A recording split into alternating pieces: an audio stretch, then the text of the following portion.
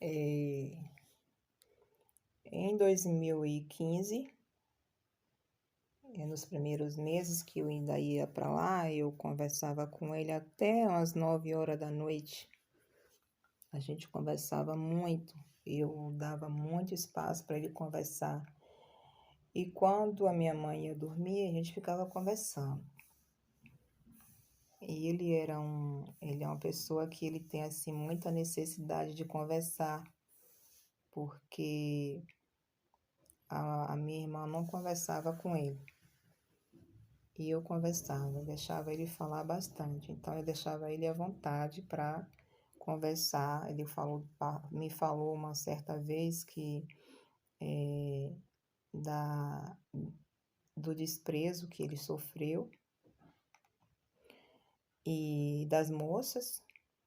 Não tenho lembrança se já narrei no vídeo anterior, mas ele sofreu rejeição dos pais pela cor da pele dele, sofreu rejeição pelas moças, que todas que ele procurava depois que ele terminou o noivado, ninguém queria ele.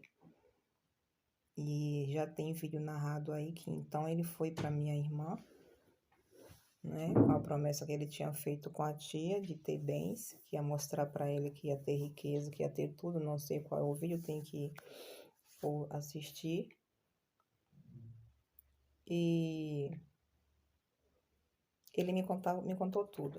No dia que ele me contou essa situação do desprezo, da rejeição das moças, ele me contou com muita tristeza. Ele ia em uma porta, passeando de uma porta para outra. Depois ele me contou que todas as moças que ele namorava, ele pedia a virgindade das meninas e tal, e que a minha irmã, eu depois perguntei, fulana deu? Ele falou, não, fulana não deu não. Eu pedi, mas não deu não. Ele desabafou. O desabafo também do pai, a mágoa que ele tinha do pai, porque o pai nunca tinha dado nada para ele. Tinha se aposentado, mas que nunca deu nada. Porque para dizer que nunca tinha dado nada para ele, que tinha dado um pacote de biscoito que se chama Poca-Olho, aquele de coquinho, que deu para o filho, caçula, o que fazia as postagens do dinheiro que eu recebia. Mas o pai dele nunca tinha dado nada a ele, que tudo era para o filho mais velho, para os netos dos filhos mais velhos, que morava perto da casa dele. Ele me contou isso com muita revolta. Ele me contou também da mãe quando faleceu, eu não me lembro, muito tempo atrás, que a mãe dele faleceu nos braços dele. Ele chegou a assoviar os lábios quando falou isso. Minha mãe morreu nos meus braços. E ele tinha uma mágoa da mãe porque a mãe levantou um falso contra a minha irmã, dizendo que o filho do meio, né? O filho do meio, que é da beira do mais velho, ele é um pouquinho diferente. São três meninos, né? Então o do meio, um pouquinho diferente. O pessoal dizia até que parecia que era meu filho, porque tinha um rosto redondo, então eu gostava muito desses meninos e aí o pessoal começava a dizer, parece ter teu filho, com rosto grande e tal. Ela falou que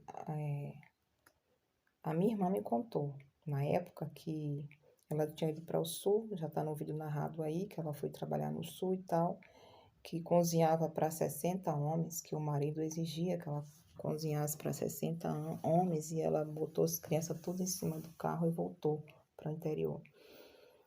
E ela voltou grávida desse menino. E pelo menino ter nascido diferente, com um tom de pele mais clara, ela disse que o filho não era, que o neto não era filho do filho dela, que tinha sido de um cara na cidade onde minha irmã tinha ido, em Gandu, sul, sei lá como chama. E isso foi um problema. Ele não falou nada, eu não me lembro, porque ele sempre foi calado. A minha irmã chorou, eu me lembro que ela chorou, se revoltou e tudo. Mas o menino foi tido como não era filho dele. E ele criou uma mágoa disso também. O pai dele ficou morando na casa dele, do pai, permaneceu na casa dele e tal, com o irmão mais velho cuidando dele. Esse irmão mais velho teve um problema com a filha dele mais velha, que morreu toda picada de italiana. Essa menina era uma boneca. E foi fazer companhia à avó, que era muda e surda, e que levou a criança para fazer companhia.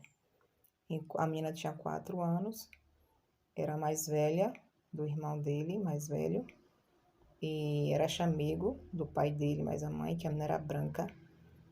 Todo mundo era branco nessa casa. E a menina era chamego, por ser tão linda, todas as duas. E infelizmente a criança foi acompanhar essa avó e morreu toda picada de italiana. Quando eu voltei na cidade, que eu só ficava viajando, tá? Eu voltei na cidade e soube a notícia. Aí eu cheguei lá e encontrei a mãe muito abatida, triste e tal, que a menina tinha falecido daquela situação. Primeiro abalo na família do irmão dele foi esse. Uma outra situação que ele me contou, esse foi o período de até 2015 que eu ainda estava lá, indo direto, foi um período que ele me contou essas coisas, de 2014 até 2015, por aí. A outra situação que ele contou foi da morte do pai dele.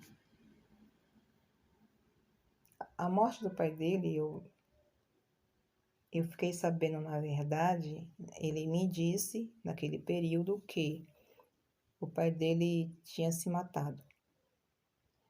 O pai dele morreu tem muitos anos e que tinha morrido queimado dentro do colchão. Que o colchão tinha se enrolado com ele dentro, que ele morreu queimado. Isso foi antes de 2016, então eu só estava lá de 2000 até 4 meses de 2015, então já foi entre 2014 até 2015 que ele contou a história, não tenho nada anotado. E aí eu já estava sabendo da morte desse senhor que tinha morrido queimado. Quando foi em 2016, enquanto a minha irmã estava na recuperação, estava tudo bem. Quando foi anunciado que a minha irmã ia chegar, acho que no dia 5 de abril de 2016, começou os maltratos dele comigo. Começou a falar que a mulher estava chegando. E eu tinha dito que iria fazer uma mudança com os maquinários para lá, porque já que eu estava voltando novamente, eu precisava fazer alguma coisa na minha vida. Já tinha entrado com o divórcio, que saiu em 2016, junho de 2016, então já tinha entrado com o divórcio, estava esperando só o dinheiro do divórcio, então já estava com minha vida toda já. Eu tinha que tomar uma luz na minha vida. E quando eu falei isso, que ia levar as máquinas, que ia ficar costurando no interior e tomando conta da minha mãe, aí começou ele com indiferenças comigo. Começou a falar eu fazia o doce de leite, o doce virava uma borracha. E eu aprendi a fazer doce de leite desde a minha infância, inclusive com a própria irmã. Eu tentei fazer esse doce, eu não saía, não dava certo. E aí ele elogiava o doce da minha irmã o tempo todo, mas o leite era o mesmo, por que não estava dando certo o doce? Ficava horrível. E quando foi um dia, eu me chateei com aquilo. Só que antes disso teve um fato lá que me chamou a atenção, que era a comida. Era ele que cozinhava para minha mãe, fazia o mingau, fazia o café. Na minha ausência, era ele que ficava com ela. E uma das minhas voltas da viagem, encontrei a comida dela cheia de moscas. A panela tampada, mas estava cheia de moscas. Eu não comi aquela comida e nem dei pra minha mãe. Disse minha mãe, a comida tá cheia de mosca. Não dá, ninguém vai comer isso aqui não. Aí eu peguei e comentei com ele. Ele disse que o que que tinha? Que era só tirar as moscas e comer. Eu disse, bom, eu não vou comer, nem minha mãe vai comer, a não ser que você coma. Ah, me dê que eu como. Eu dei, ele comeu, quase vomitando, inclusive, mas ele comeu. Naquele dia ele comeu. Uma coisa que ele queria que eu comesse, quem comeu foi ele. Certo, tudo isso já foi em 2016. Teve uma situação também que ele falou pra mim o seguinte, ô Leonita, eu disse sim, fulano. Sabe a onça? Eu disse sim. Ah, eu sou mais esperto do que a onça. Isso eu em pé, encostado no esteio da casa, olhando para fora, com a mão na cintura e enrolando o polegar com o indicador esquerdo. Eu sou mais esperto do que a onça. Por quê? Porque quando a onça pensa que me enganou, eu já enganei a onça. Eu disse, como assim? Quando a onça pensa que vem me pegar, eu já dei uma volta, tô esperando ela lá na frente e pego ela lá. Pegou e desceu o degrau do varandá porque eu não entendi nada. Não entendi nada daquilo ali. Depois que eu fui entender que a onça era eu. E que ele era mais esperto do que eu. Fui entender o que depois, no próprio 2016, lá na frente. Que ele era mais esperto. Minha mãe me contou que a minha irmã voltou dos exames, que saiu da mesa da cirurgia, dos exames para voltar. Quando ela soube do suicídio dela, voltou para casa para poder me esperar voltar e tal.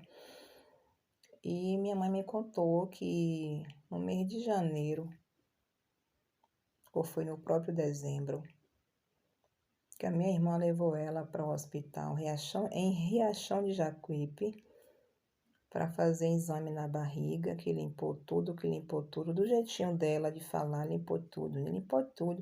O médico botou os ferros lá dentro, limpou tudo, limpou minha barriga toda. Mas por quê? A senhora estava sentindo alguma coisa? Não. Por que, mãe? Exame de útero, de vagina, de tudo. Não sei. Ela me levou lá e limpou tudo. O médico limpou tudo em Riachão. Tinha a Feira de Santana e tinha o Brava, mas foi feito os exames em Riachão de Jacuípe. E aí tá. Ficou dito pelo não dito, porque quando eu cheguei de Salvador para ficar com ela em 2016, a minha irmã já tinha saído, ou ia sair, eu não tenho nem lembrança. E aí ficou essa história na minha cabeça aí desses exames em Riachão de Jacuípe, e beleza, nem sequer eu nunca perguntei para ela, porque o retorno quando ela chegou já foi já brigando.